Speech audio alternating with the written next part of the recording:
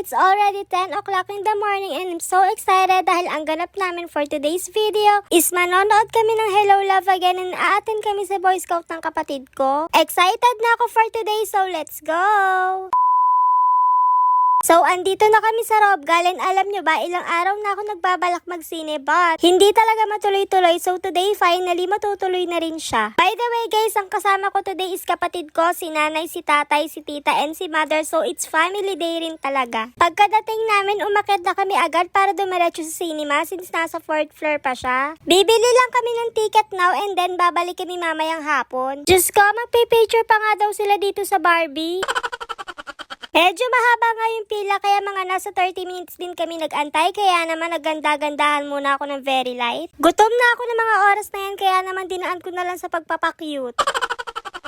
Ang papanoorin namin is Hello Love Again. 5:30 PM yung pinili naming oras. Gutom na kami dahil hindi pa kami nagla-lunch so we decided na kumain muna sa seafood steak. While waiting sa order namin, nag-order muna rin kami sa Ben's Halo-Halo. Guys, nauna pa nga dumating yung halo-halo kaya naman hindi pa kami nakain ito nung na to. Finally, dumating na rin ang order naming sinigang puset, sisig and pork chop. Super gutom na talaga tong taong to. Ikaw ba naman walang almusal? Sino bang hindi magugutom? First time namin nakainan to and masarap pala siya kaya for sure uulit kami dito. Pag uwi sa bahay, nag-asikaso na agad ang kapatid ko dahil Boy Scout niya today. Excited nga rin siya dahil ngayon niya lang yun may experience. Super init nga dahil tanghaling tapat at nandito na kami sa school niya. Super haggard na rin dahil sa init pero palag lang dahil alam kong para-pareho lang din naman kaming pawis ng mga oras na yan.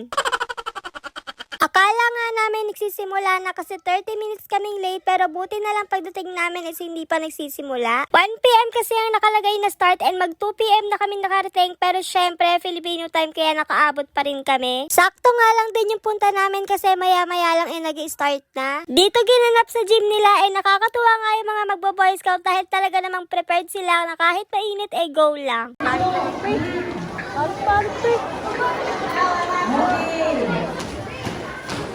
Sundan niyo po yung pila ng Cub Scout sa may bandang likod para po sa opening natin.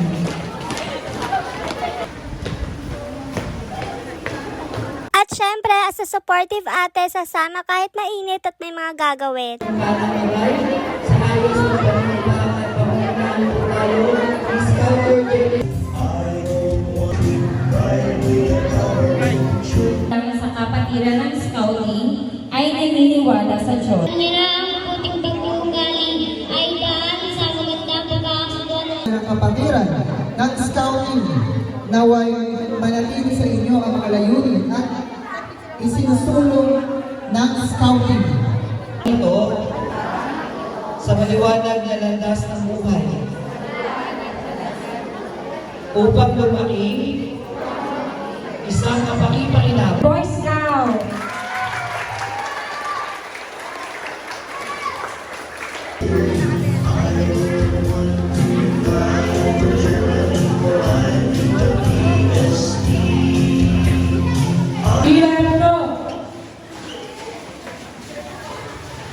Harap sa kanan na!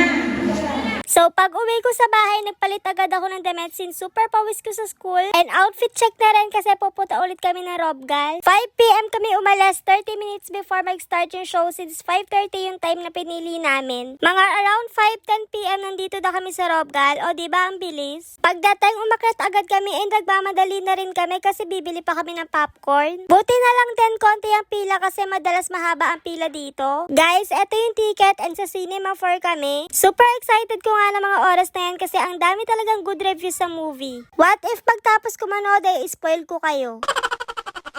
Guys, tapos na! Grabe, ang masasabi ko lang sobrang ganda, super worth it, kaya manood din kayo. After that, bumili lang kami ng mga food sa Edna's pasalubong. As a person na laging gutom, need talaga na may stocks kami lagi ng food sa bahay. Marami ngang mabibili dito and super affordable pa. Hindi pa kami nagdi-dinner kaya kumain muna kami sa peri-peri. Guys, sumunod lang si nanay and tatay dito kasi hindi sila sumama manood ng sine. After that, umuwi na rin kami and pagdating sa bahay, tinanong ko sila kung anong honest review nila sa Hello Love Again. Ano ang honest review nyo sa Hello Love Again? Maganda. Sobrang ganda. May matatawa ka, may iiyak. Sumanood kayo. Napakagaling ni Catherine, sobra. bongga. Talo na si Alden, Papa Alden, akin ka na lang.